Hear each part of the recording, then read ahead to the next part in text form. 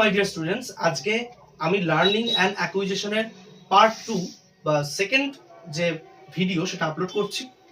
এই ভিডিওর মাধ্যমে আমি থিওরিজগুলোর ডিটেলসে আলোচনা করেছি। প্রতিটা থিওরির মধ্যে যে সমস্ত ইম্পর্টেন্ট পয়েন্টগুলো যেগুলো তোমাদের সিটেট এবং বিভিন্ন প্রিভিয়াস ইয়ার পিওকিউ বেসড যে সমস্ত টপিক, সেই টপিকগুলো নিয়ে বেশি আলোচনা করেছি। এবং লাস্টে, এই ভিডিও লাস্টে তোমরা লেটেস্ট যে পিওকিউ সেই পিওকিউ তোমরা দেখতে হবে। আশা করি প্রত্যেকের ভিডিওটা ভালো লাগবে। ভিডিওটা লাস্ট পর্যন্ত দেখতে লাগবে। ভিডিওটা ভালো লাগলে লাইক, শেয়ার, সাবস্ক্রাইব করে দিও।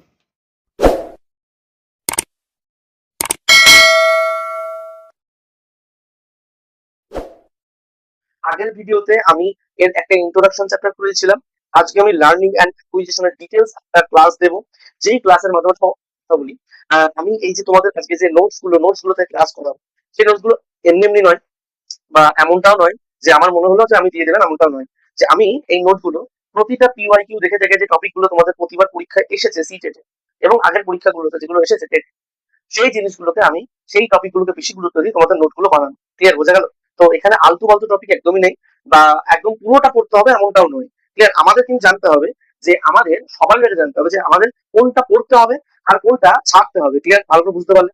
তাহলে সর্বপ্রথমে আমার জানতে হবে সেগুলো। ক্লিয়ার? আমাদের নোট ফলো করি। ক্লিয়ার?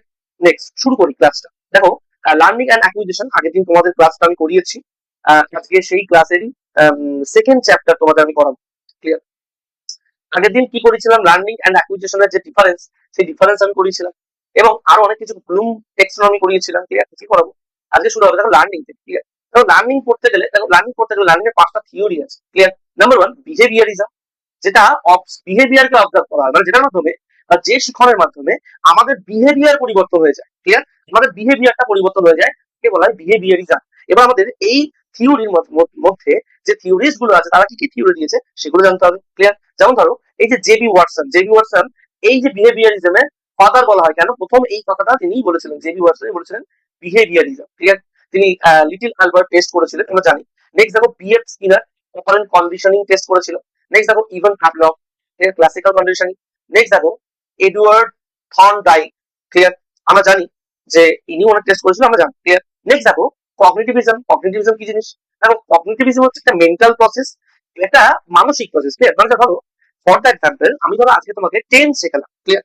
এবং সেই টেন্সটা তুমি পরের দিন পড়ে এসে তুমি পরের দিন উত্তর করবে। ক্লিয়ার? কিসের মাধ্যমে করবে? তোমার মেন্টাল প্রসেসের মাধ্যমে করবে। তাহলে কগনিটিভ মানে কি? কগনিটিভ মানে মেন্টাল ডেভেলপমেন্ট। ক্লিয়ার? আগেরটা কি ছিল? বিহেভিয়ারিজম মানে কি? আমাদের বিহেভিয়ারের ডেভেলপমেন্ট হচ্ছে, বিহেভিয়ার পার্মানেন্ট চেঞ্জ হচ্ছে। আগের দিন বলেছিলাম যে দেখো, লার্নিং এ পার্মানেন্ট বিহেভিয়ার পরিবর্তন হয়। ক্লিয়ার? বুঝতে পারছো? নেক্সট দেখো, কগনিটিভিজমে মেন্টাল চেঞ্জ হয়, মেন্টাল আপগ্রেড হয়, মেন্টাল ডেভেলপমেন্ট হয়। কে করেছিল? আমাদের কিন্তু প্রতিটা যে সমস্ত থিওরি আছে তাদের নাম জানতে হবে। যেমন চিন পিয়াজে, যেমন তুমি বলতে পারো লে ভাইগর্সকি, যেমন বলতে পারো অ্যালবার্ট বান্ডুরা। ক্লিয়ার? নেক্সট দেখো, কনস্ট্রাকটিভিজম। এটা কি? দেখো, কনস্ট্রাকটিভিজম মানে আমরা যে কাজটা করার মাধ্যমে একটা এক্সপিরিয়েন্স গ্যাদার করি, সেই এক্সপিরিয়েন্সটাই আমরা পরবর্তীকালে ইউজ করি, কোন থেকে বলে কনস্ট্রাকটিভিজম। ক্লিয়ার? বুঝতে পেরেছো? কে কে থিওরি দিয়েছে আমরা জানি, জিন পিয়াজে। নেক্সট দেখো, লেভ ভাইগর্সকি। ক্লিয়ার? নেক্সট দেখো, জন ডিউবি। নেক্সট দেখো, ব্রুনার। ক্লিয়ার? বোঝা গেল? নেক্সট দেখো, হিউম্যানিজম মানে কি? দেখো, পার্সোনাল এক্সপিরিয়েন্সের মাধ্যমে মানুষের ডেভেলপমেন্ট কি বলা হয়? হিউম্যানিজম। ক্লিয়ার? বুঝতে পেরেছো? কে কে দিয়েছিল? Abraham Maslow. আর কে কে দিয়েছে? দেখো, Carl Rogers. Clear? Next and last হচ্ছে কানেক্টিভিজম। এর মানে কি? ধরো, কানেক্টিভিজম মানে একটা শিখন, যেটা আমরা আগে শিখে নিই এবং পরে সেটার কাজটা বা সেই জিনিসটাকে পরে ইউজ করি, পরে কানেক্ট করে ইউজ করি। আমরা ডিটেলস জানবো এটা। দেখো, অ্যাকচুয়ালি তোমাদের এই যে জর্জ সিমেন অ্যান্ড স্টিফেন ডাউন্স, ঠিক আছে, এইগুলো হচ্ছে তোমার কানেক্টিভিজমের থিওরিজ। ক্লিয়ার? সব থেকে ইম্পর্টেন্ট হচ্ছে তোমার এটা বিহেভিয়ারিজম ইম্পর্টেন্ট, দ্বিতীয় হচ্ছে তোমার কগনিটিভিজম ইম্পর্টেন্ট, 3 নম্বর হচ্ছে তোমার কনস্ট্রাকটিভিজম। এই তিনটে আমাদের ভেরি ভেরি ইম্পর্টেন্ট, আমাদের খুব ভালো মতন জানতে হবে। মানে বেশি পড়ার কোনো প্রয়োজন নেই, যেটুকুনি প্রয়োজন আমরা সেটুকুনি পড়বো। ক্লিয়ার? আচ্ছা, বেশ। নেক্সট দেখো, প্রথম টেস্ট হচ্ছে, প্রথম দেখো আমরা বিহেভিয়ারিজমে চলে এসেছি। এক্ষেত্রে আমরা 4টে টেস্ট আমাদের করতে হবে। নাম্বার 1 দেখো, লিটিল অ্যালবার্ট কে টেস্ট করেছিল? JB Watson. আমি বারবার বলেছি, জেবি ওয়াটসনকে বিহেভিয়ারিজমের ফাদার বলা হয়। ক্লিয়ার? 1920 সালে তিনি টেস্ট করে। ক্লিয়ার? এন্ড আরেকজনকে নেয়, যার নাম রোসাইল রেনার। কি নেয়? দেখো, 9 মান্থের একটা বাচ্চাকে নেয়। ক্লিয়ার? 9 মান্থের বাচ্চাকে নেয়, তার নাম ছিল অ্যালবার্ট। ক্লিয়ার? ভালো করে বুঝতে হবে।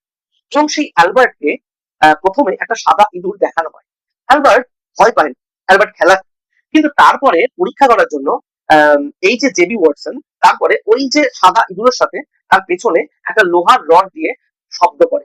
ক্লিয়ার? তাহলে যখনই সাদা ইঁদুরটাকে দেখাচ্ছে, বাচ্চাটার পেছনে, অ্যালবার্টের পেছনে জেবি ওয়াটসন একটা লোহার রড দিয়ে শব্দ করছে, তখন কি বাচ্চাটা কেঁদে উঠছে। ক্লিয়ার? তাহলে যখনই সাদা ইঁদুরটা আসছে, সে কিন্তু সাদা ইঁদুরটাকে দেখতে পাচ্ছে, কিন্তু সে কিন্তু পেছনে যে শব্দটা করা হচ্ছে সেটা কিন্তু সে টের পাচ্ছে না। ক্লিয়ার?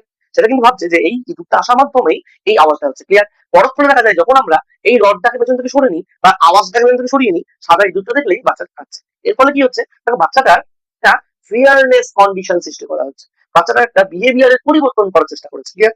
আগে বাচ্চাটা সাদা ইঁদুর দেখলে কিন্তু ভয় পেত না।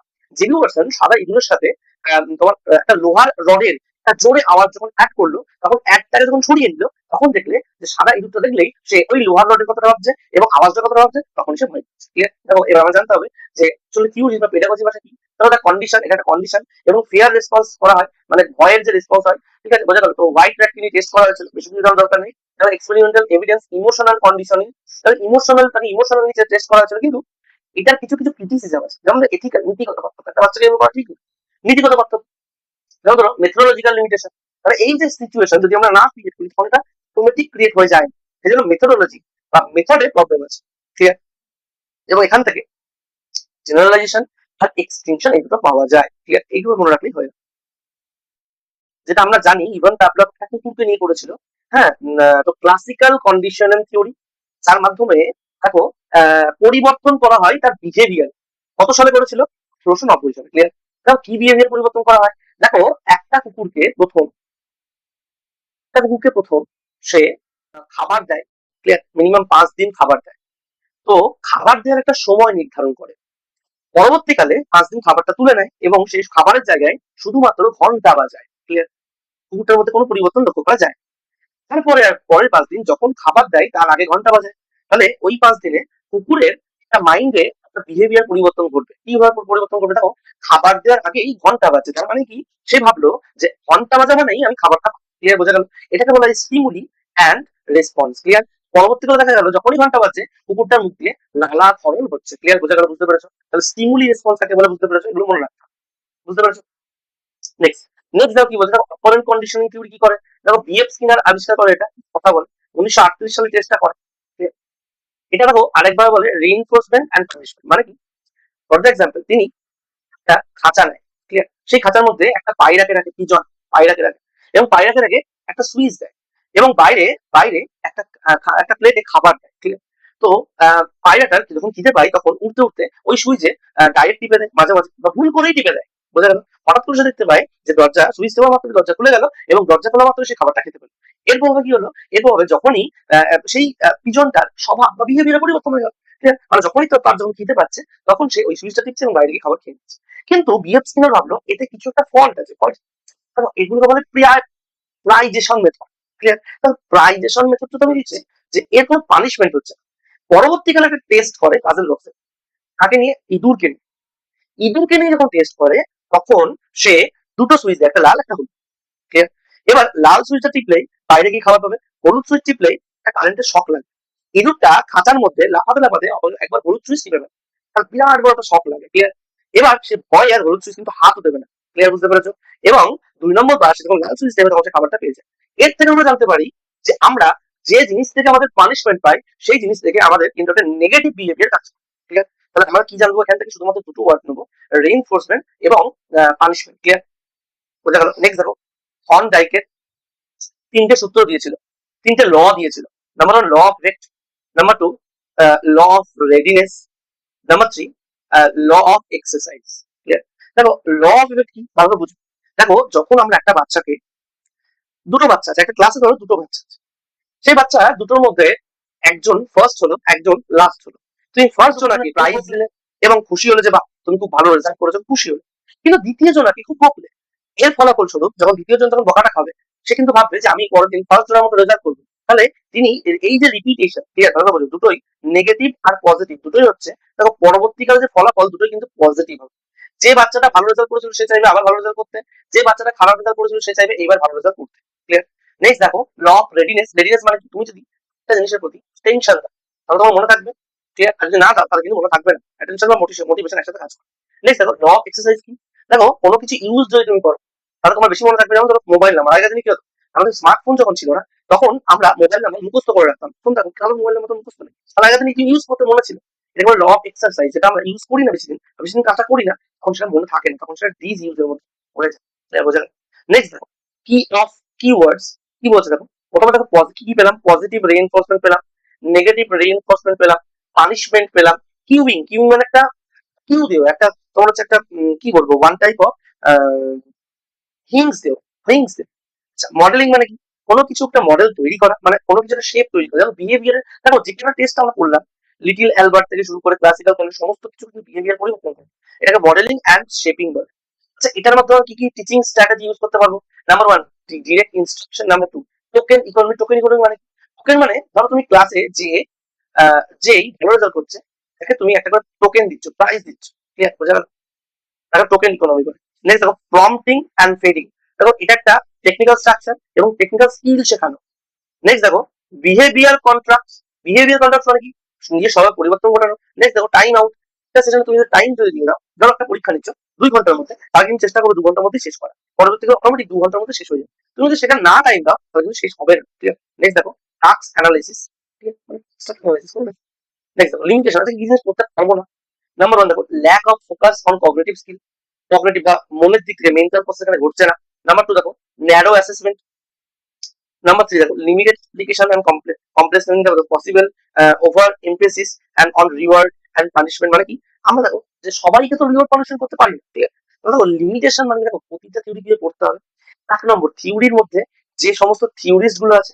নাম্বার টু, থিওরি আমরা কিওয়ার্ড কি জানি। নাম্বার থ্রি, থিওরির মধ্যে আমাদের কি হবে, কোন জিনিসগুলো টিচিং স্ট্র্যাটেজিতে আমরা ব্যবহার করবো। নেক্সট, এই থিওরির লিমিটেশন কি আছে। ক্লিয়ার? বুঝতে পেরেছো? নেক্সট দেখো, নেক্সট হচ্ছে দেখো আমরা শিখবো কগনিটিভিজম। কগনিটিভিজম কি? দেখো কগনিটিভিজম হচ্ছে একটা মেন্টাল প্রসেস। ক্লিয়ার? একটা মেন্টাল প্রসেস। এই থিওরি কে দিয়েছিল? দেখো জিন পিয়াজে দিয়েছিল। জিন পিয়াজে, যিনি ছিলেন একজন সুইজারল্যান্ডের একজন মনোবিদ। ক্লিয়ার? এ দিয়েছিল। বোঝা গেল? সাইকিয়াট্রিস্ট বলতে পারো। নাম্বার ওয়ান দেখো, এটি 4টে স্টেজে ভাগ করে কগনিটিভটাকে। যেমন ধরো প্রথমে আসে সেন্সরি স্টেজ, এটা ধর পরীক্ষায় চলে আসতে পারে, খুব ইম্পর্টেন্ট। সেন্সরি স্টেজ, তার মধ্যে যেটা চলে 0 থেকে 2 বছর পর্যন্ত।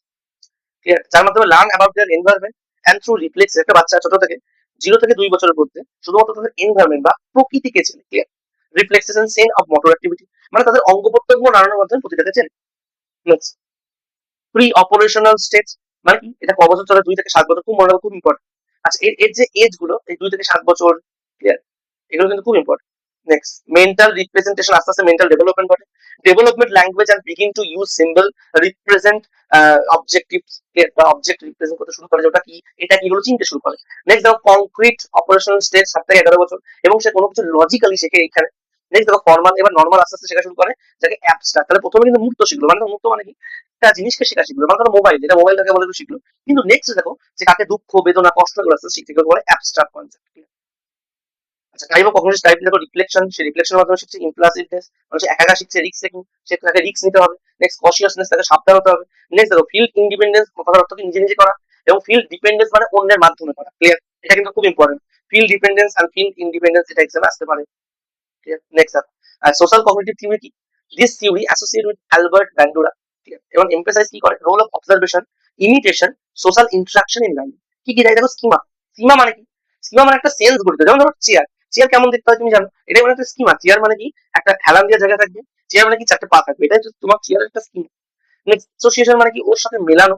অ্যাকোমোডেশন মানে কি, মিলিয়ে নতুন ভাবনা চিন্তা ক্রিয়েট করা। অ্যাডাপশন মানে কি, একটা অভিযোজন করা। টিচিং স্ট্র্যাটেজি কি হতে পারে? অ্যাক্টিভ লার্নিং, এগুলোর মাধ্যমে লার্নিং অ্যাক্টিভ হতে হবে। নেক্সট, প্রিয়র নলেজ অ্যাক্টিভ করতে হবে। প্রিয়র নলেজ মানে আগে পূর্ব জ্ঞান। অর্গানাইজিং ইনফরমেশন, ইনফরমেশন জানতে হবে। স্ক্যাফোল্ডিং কথা অর্থ হচ্ছে কাউকে প্রথমে সাহায্য করা, নেক্সট তাকে ছেড়ে দেওয়া, নিজে নিজে করতে দেওয়া। নেক্সট দেখো, মেটাকগনিশন মানে নিজে নিজে কোনো স্টুডেন্ট যদি করে। নেক্সট দেখো, ভিজুয়াল এইডস। নেক্সট দেখো, এলাবোরেশন। রেসিপ্রোকাল মানে একে অপরের সাথে। আচ্ছা, নিউমেনিক্স মানে তোমার ম্যাচ করে। ঠিক আছে? মানে ছোট নাম দেবে কিন্তু তার মধ্যে বড় নাম দেবে। কনসেপ্ট টপিক মানে বিভিন্ন কনসেপ্টের মধ্যে বুঝি। ক্লিয়ার? নেক্সট দেখো, লিমিটেশন কি হতে পারে? তো লিমিটেশন হচ্ছে over simplification of human behaviour. কারণ কগনিটিভিজমে হিউম্যান বিহেভিয়ারকে গুরুত্ব দেওয়া হয় না। এই জন্য এটা বলছে যে ওভার সিম্পলিফাইড করে ধরা হয়। ঠিক আছে? Explaining irrational. ইরেশনাল মানে কি? ইরেশনাল মানে হচ্ছে অযৌক্তিক। ঠিক আছে? আচ্ছা, ইগনোরিং সোশ্যাল এন্ড কালচারকে ইগনোর করে দেয়, যেটা ধরো আমাদের লেভ ভাইবর্সি দেবে কালচারাল বা সোশ্যাল ভ্যালু। নেক্সট দেখো, individual differences. Type of cognitive learning কি?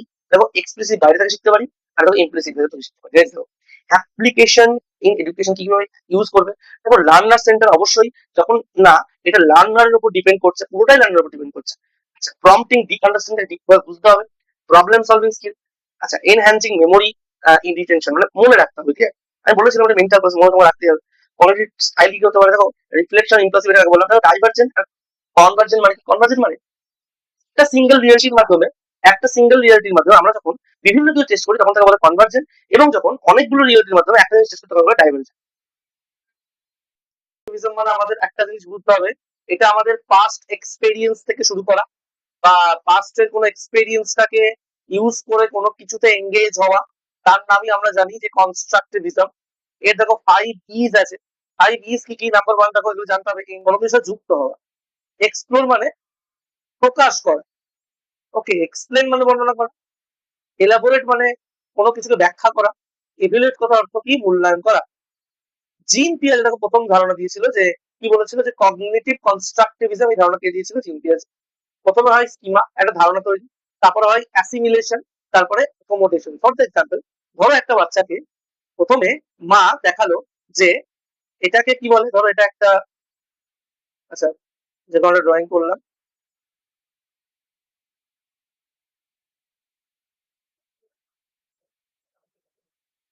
আচ্ছা বেশ, ধরো এটা আমাদের বিড়াল, ধরো এটা আমাদের বিড়াল। তো মা বললো একটা বাচ্চাকে দেখে, দেখ ভাই এটা বিড়াল, ঠিক আছে, এটা বিড়াল বলে। তো বাচ্চাটার মনে একটা বিড়াল সম্বন্ধে ধারণা করে, বিড়াল মানে কি, বিড়াল মানে 4টে পা, একটা লেজ, দুটো কান, দুটো চোখ, একটা এইটাকে বলা হয় স্কিমা। এই যে ধারণা তৈরি হলো স্কিমা, এবার বাচ্চারা যখন বাইরে যাচ্ছে সোশ্যালাইজেশনের মাধ্যমে বা সোশ্যাল ফ্যাক্টরের মাধ্যমে, তখন বাচ্চারা বাইরে কি কুকুর দেখছে, কুকুরের 4টে পা, একটা লেজ, দুটো চোখ, দুটো কান, বলছে মা মা দেখো বিড়াল বিড়াল, ক্লিয়ার। তো এই যে একসাথে মেলালো, এটাকে বলে অ্যাসিমিলেশন। এটা কি বলে, অ্যাসিমিলেশন। এবার মা বললো যে না, এটা কুকুর, এটা আলাদা, ওটা আলাদা, বিড়াল আলাদা। তাহলে আবার নতুন যখন ইনফরমেশন অ্যাড হলো, তখন তাকে বলা হয় অ্যাকোমোডেশন। এই টোটাল যে থিওরিটা, সেটা তিনি অ্যাডাপ্টেশনের থিওরিতে গিয়ে বলেছেন, ক্লিয়ার, বোঝা গেল। নেক্সট, নেক্সট দেখো লেভ ভাইগোস্কি। লেভ ভাইগোস্কি দেখো সোশ্যাল কনস্ট্রাকটিভিজমের থিওরি দেয়। কি বলে, প্রথম বলে জোন অফ প্রক্সিমাল ভ্যালু, দেখো এটা বোঝায়। দেখো যদি এটা একটা গোল হয়, তার উপরন্তু এটা আর একটা গোল হয়, দেখো এই যে গোলটা, মাঝখানে গোলটা, এটা জীবনের এমন একটা স্তর যেটা আমরা একা একা করতে পারবো, ঠিক আছে। দ্বিতীয় নম্বর গোলটা, দ্বিতীয় নম্বর গোলটা হচ্ছে কি, যেটা এমন একটা স্তর যেটা কারো দ্বারা করবো, কারোর দ্বারা।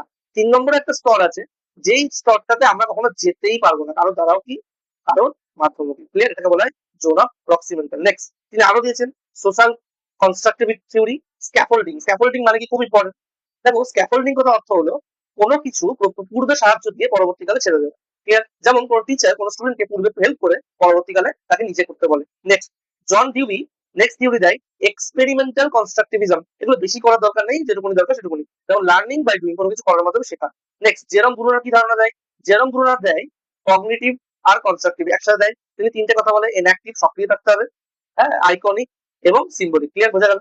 আশা করি বুঝতে পেরেছো, বেশি মানে জানার দরকার নেই, ভুলে জানলে। নেক্সট, আমরা কি পয়েন্ট পাই, নাম্বার 1 স্ক্যাফোল্ডিং মানে জানো, কালচারাল টুলস মানে কালচারের সাথে মেশা, আচ্ছা প্রাইভেট স্পিচ, আচ্ছা তারপরে দেখো তারপরে দেখো ইন্টারনালাইজেশন। ইন্টারনালাইজেশন মানে কি, অন্তর, ভেতর থেকে কোনো কিছু মেশা। আচ্ছা differentiated instruction, culturally responsive teaching. আচ্ছা emphasis active learning, discovery learning, কি বোঝা গেল, সোজা জিনিস পারবে। নেক্সট, নেক্সট হচ্ছে হিউম্যানিজম। হিউম্যানিজম মানে মানুষের কিভাবে নিট পরিবর্তন হয়ে একটা জায়গায় চলে আসে, এবং মানুষ কিভাবে নিজের পার্সোনাল এক্সপিরিয়েন্স কাজে লাগিয়ে শেখে, লার্নিং করে, ক্লিয়ার। কে কে ধারণা দিয়েছিল, নাম্বার 1 দেখো